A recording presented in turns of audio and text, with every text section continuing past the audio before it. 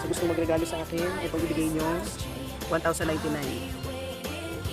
Okay, option number 2, air fryer, na nagkakahalaga nasa 4,999. Almost 5,000 pala. Yung nagregalo nyo sa akin. Kung i-ganyan mo kasi i-regalo nila sa akin yan. Paano siya naging low carb? Ano siya, ma'am, i-steam na lang po niya yung rice.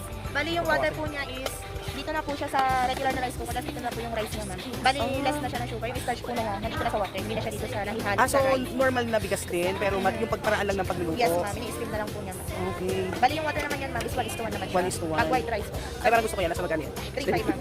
Mas mura pa yan, oh. Opo. Ang tag dyan, yung tatak. Saka ang elegant tignan nito.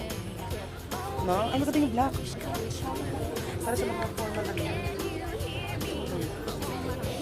Ay, ganun lang ang price. 699 lang. Another bag.